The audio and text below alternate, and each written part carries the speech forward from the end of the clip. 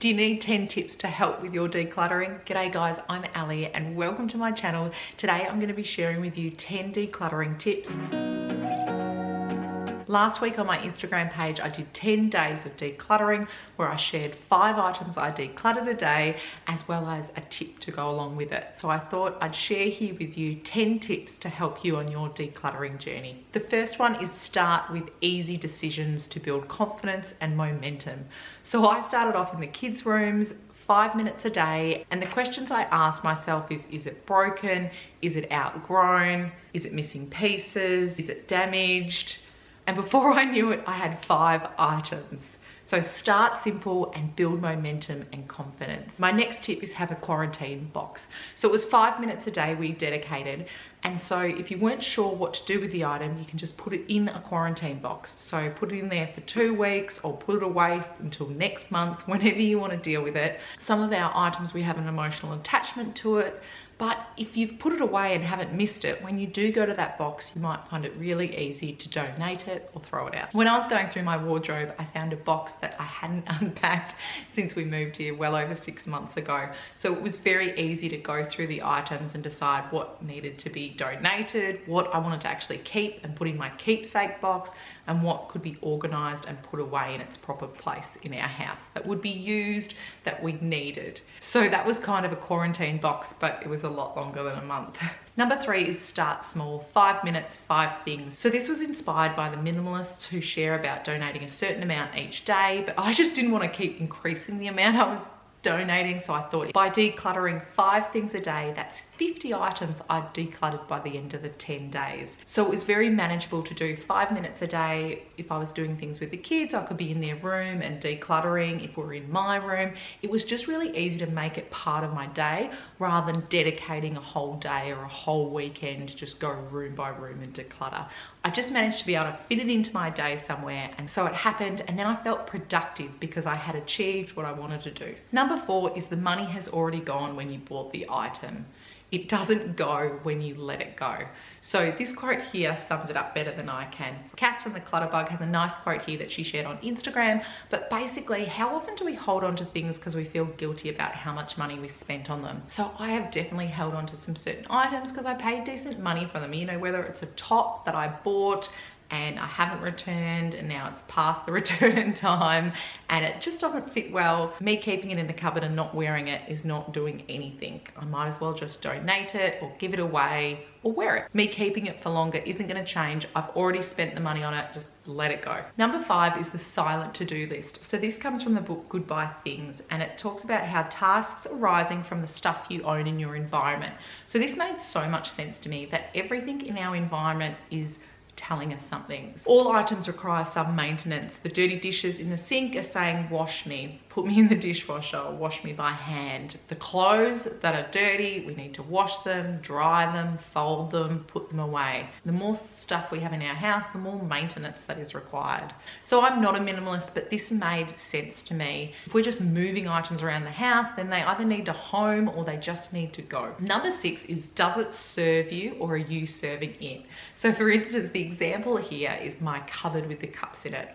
I was having to reshuffle every time I got the cups out of the dishwasher because there just wasn't the space. If everything was clean and washed, I was stacking cups on top of each other. So since then I've removed some of those items, and then every time I empty the dishwasher, I don't have that same problem. And now I've made a system, glasses down one end, travel mugs in the middle, then our mugs we use as a family, we all kind of use a mug on occasion, and then my massive mugs that I love to have big drinks in. Number 7 is to do with decluttering our clothes, and I was inspired by Dawn, the minimal mum, who spoke about her wardrobe and said that we really need clothes in there that we can wear now.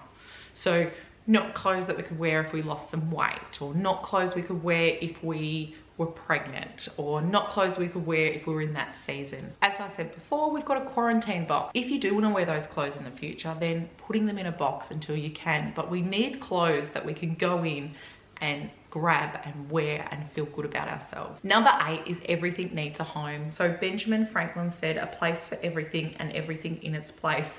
And we all know the less stuff we have, the easier it is to organize.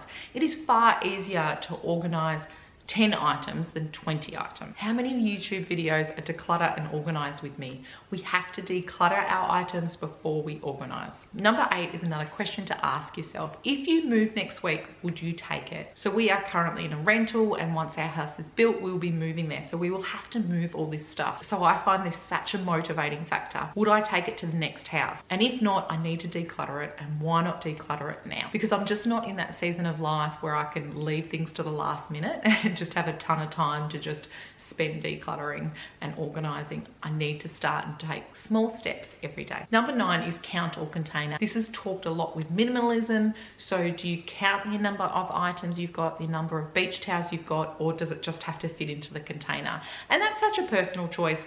And at the moment, I think we're kind of going with the container because I wouldn't know how many beach towels we've got. And the same with my clothes, as well as the chopping boards. It's got to fit in this space. And so this is the amount of chopping boards we've got. Number 10 is you're the gatekeeper of your house. So in the 10-day challenge, we spent 50 minutes, so 5 minutes a day decluttering. And that adds up to a fair chunk of time. So now I'm very conscious about what we bring into the house.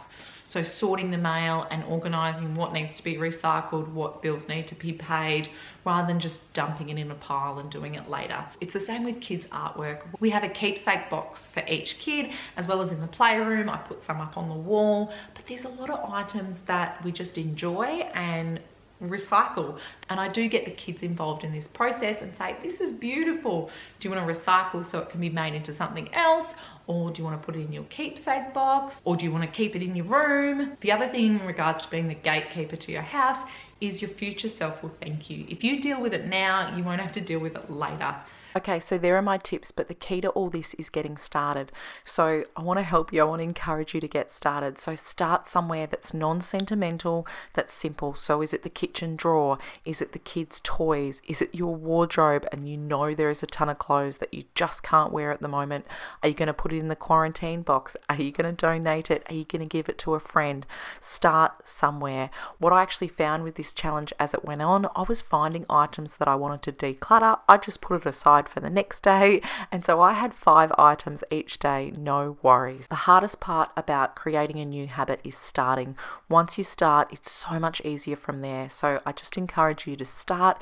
If you want to organize and declutter along with me, I have this playlist here that I have done. This has been a process I've done over a couple of years. The decluttering process is something that you need to do continually, and as I've gone on, as I've progressed, I've definitely decluttered more and more, and I certainly find it easier than when I started. When I first started, I honestly kept a lot of stuff. So just start and then watch your progression, build your momentum. It's the snowball effect. That's why I've started with 5. It's the snowball effect. Once you get started, you'll get momentum going and you'll find the decluttering easier. So guys, I hope these 10 tips were helpful. Leave your tips below. I'd love to read them. Thanks for watching. Bye.